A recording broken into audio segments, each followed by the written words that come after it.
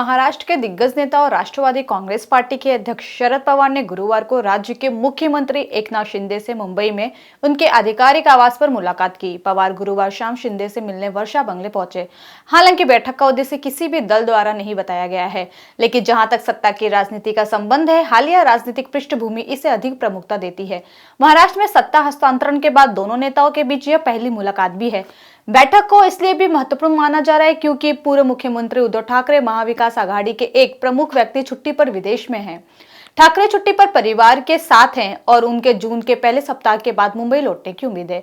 हालांकि शिंदे पर पवार की मुलाकात से उद्धव ठाकरे अवश्य ही डरे डरे होंगे। हमारी आज की वीडियो इसी मुद्दे को लेकर है, लेकिन उससे पहले अगर आप इस चैनल पर नए हैं तो जल्दी से जल्दी हमारे चैनल को सब्सक्राइब करने के साथ ही साथ बेल आइकन को भी क्लिक कर ले ताकि आपको समय समय पर इसी तरह के अपडेटेड वीडियो मिलते रहे। नमस्कार, मैं पायल शुक्ला, आप सभी का स्वागत है न्यूज टंका हिंदी में। राष्ट्रीय कांग्रेस पार्टी के प्रमुख शरद पवार ने मुख्यमंत्री एकनाथ शिंदे से मुलाकात की। बाद में उन्होंने अदानी ग्रुप के चेयरमैन गौतम अडानी से भी मुलाकात की। पवार की बैठक उस वक्त हुई है जब भारत में लू से बौखलाए शिवसेना उद्धव बालासाहेब ठाकरे पार्टी के प्रमुख उद्धव ठाकरे विदेश में छुट्टियां मनाने गए थे। इसलिए ठंड के मौसम में उनके सिर का तापमान निश्चित रूप से बढ़ ही गया होगा। पवार के कदम अथाह है। लोग हमेशा ही इस बात को लेकर भ्रमित रहते हैं कि वे वास्तव में किसके साथ है। पवार सहयोगियों और विरोधियों के बीच यह भ्रम पैदा करना चाहते हैं। पवार ने कहा कि मराठा मंदिर संस्था के अध्यक्ष के तौर पर वह मुख्यमंत्री एकनाथ शिंदे को संस्था के अमृत महोत्सव में आमंत्रित करने गए थे। पवार इस तरह का न्योता देने के लिए किसी से भी मिल सकते हैं। इस तरह के निमंत्रण के लिए उनका समय बहुत बड़ा है। 3 साल पहले शरद पवार ने प्रधानमंत्री नरेंद्र मोदी को वसंत दादा सहकारी चीनी मिल से जुड़े एक कार्यक्रम में आमंत्रित करने के लिए उनसे मुलाकात की थी। यह वो दौर था जब शिवसेना, एनसीपी और कांग्रेस महाविकास आघाड़ी से गठजोड़ कर सत्ता पर काबिज होने की कोशिश कर रहे थे। पवार के इस दौरे से कांग्रेस के जमाने में जमावड़ा सा लग गया था। शरद और शिंदे की मुलाकात तब हुई है जब शिवसेना उद्धव बालासाहेब ठाकरे के पार्टी प्रमुख विदेश दौरे पर थे। पार्टी प्रवक्ता संजय राउत ने पत्रकारों से कहा कि ठाकरे गर्मी बर्दाश्त नहीं कर सकते, इसलिए वह विदेशी दौरे पर है। कुछ भी ठीक नहीं चल रहा था। इस बात से निराश ठाकरे अपना सिर ठंडा करने के लिए विदेश चले गए, लेकिन वहां भी पवार की रणनीतियों के चलते ठाकरे के सर में दर्द हो रहा होगा। शरद पवार के इस कदम ने विदेश में उनकी छुट्टियां बर्बाद कर दी। अब ठाकरे सोच रहे होंगे कि जब देश में नहीं थे तो पवार शिंदे से क्यों मिले। शिंदे और गौतम अडानी की मुलाकात एक ही दिन क्यों हुई। पिछले 15 दिनों में 2 बार पवार और अडानी की मुलाकात आखिर क्यों। ऐसे कई सवाल उनके मन में उठ रहे होंगे। विदेश के ठंडे मौसम से सिर को बुखार हो गया होगा। यह कैसे संभव है कि पवार बिना किसी राजनीतिक चर्चा के चले गए और वापस भी आ गए।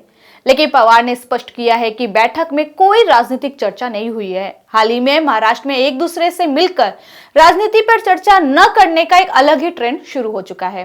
उप मुख्यमंत्री देवेंद्र फडणवीस ने सोमवार को मनसे अध्यक्ष राज ठाकरे से इसी तरह की मुलाकात की। हमने राजनीति पर चर्चा नहीं की, फडणवीस ने ऐसा कहा। इन्हें आभास है कि प्रदेश के नेताओं की राजनीति का पर्दाफाश जरूर होगा, इसीलिए कोई राजनीति की बात नहीं करता। एकनाथ शिंदे से मुलाकात के बाद पवार ने इस मुलाकात को लेकर ट्वीट भी किया। पवार के दौरे पर उनके शिष्यों और शिवसेना उद्धव बालासाहेब ठाकरे के प्रवक्ताओं ने कहा कि पवार ने एकनाथ शिंदे को मुख्यमंत्री के रूप में सम्मानित करने के लिए उनसे मुलाकात की थी। इस दौरे से प्रदेश का माहौल नहीं बिगड़ेगा। कांग्रेस के प्रदेश अध्यक्ष नाना पटोले ने कहा कि अडानी सिल्वर ओक में रहे तो भी हमें इसका कोई फर्क नहीं पड़ता। नाना ने कहा कि यह सच है। पवार चाहे किसी से भी मिले, कहीं भी जाए, कांग्रेस को उतना फर्क नहीं पड़ता जितना ठाकरे को पड़ता है। पवार का ना यहाँ का ना वहां की मानसिकता उनकी राजनीतिक रणनीति का एक हिस्सा है। उनका शरीर कांग्रेस का है। वे भाजपा की विचारधारा से कतई सहमत नहीं है, इसलिए वे किसी भी सूरत पर पूरे मन से बीजेपी के साथ नहीं जाएंगे। लेकिन वे बीजेपी को हमेशा के लिए असमंजस में रखना चाहते हैं। बोलचाल की भाषा में इसे मतलबी कहा जाता है। राज्य में महाविकास आघाड़ी सरकार के सत्ता में आने से पहले उन्होंने प्रधानमंत्री नरेंद्र मोदी से मुलाकात की थी। इसके पीछे भी पवार का अपना मतलब था। चिकनी चुपड़ी बात करके इस तरह की रणनीतियों को बार बार दिखाते रहना ही पवार की जरूरत सी बन गई है। इस जरूरत का श्रेय उनके भतीजे और विधानसभा में विपक्ष के नेता अजित पवार को जाता है। बड़े पवार किसी मुद्दे का जितना पुरपोस विरोध कर सकते हैं, अजित पवार उतनी ही आत्मीयता से उसकी सराहना करते नजर आते हैं। नए संसद भवन को लेकर शरद पवार ने खूब तूल पकड़ा था। तब पवार ने कहा था कि मैं इस कार्यक्रम में नहीं गया था। उन्होंने उद्घाटन समारोह के दौरान देश को वापस ले जाने के तरीके के रूप में आयोजित धार्मिक कार्यक्रमों की भी आलोचना की थी, लेकिन अजित पवार ने नए संसद भवन की सराहना की थी। उन्होंने कहा था कि अब सभी को इस भवन से संविधान के दायरे में देश की जनता की समस्याओं का समाधान करने की जरूरत है। उन्होंने यह भी कहा था कि देश में बढ़ती आबादी को ध्यान में रखते हुए नए संसद भवन की जरूरत है। अजित पवार जानबूझकर ऐसा बयान देते हैं। उनका यह बयान शरद पवार के लिए स्पष्ट संकेत है। पवार इस संकेत को समझ गए हैं, इसलिए पवार कभी भाजपा शिवसेना के नेताओं से मुलाकात कर रहे हैं तो कभी अडानी को समर्थन देकर भ्रम पैदा कर रहे हैं। लेकिन दो हाथ में लड्डू रखने की राजनीति ज्यादा दिनों तक चलने की संभावना नहीं है। तय है कि आगामी लोकसभा चुनाव से पहले पवार को इस राजनीति का खामियाजा भुगतना पड़ेगा। आपको हमारी आज की वीडियो कैसी लगी हमें कमेंट सेक्शन में जरूर बताएं। साथ ही हमारे चैनल को ज्यादा से ज्यादा लाइक, शेयर और सब्सक्राइब करें।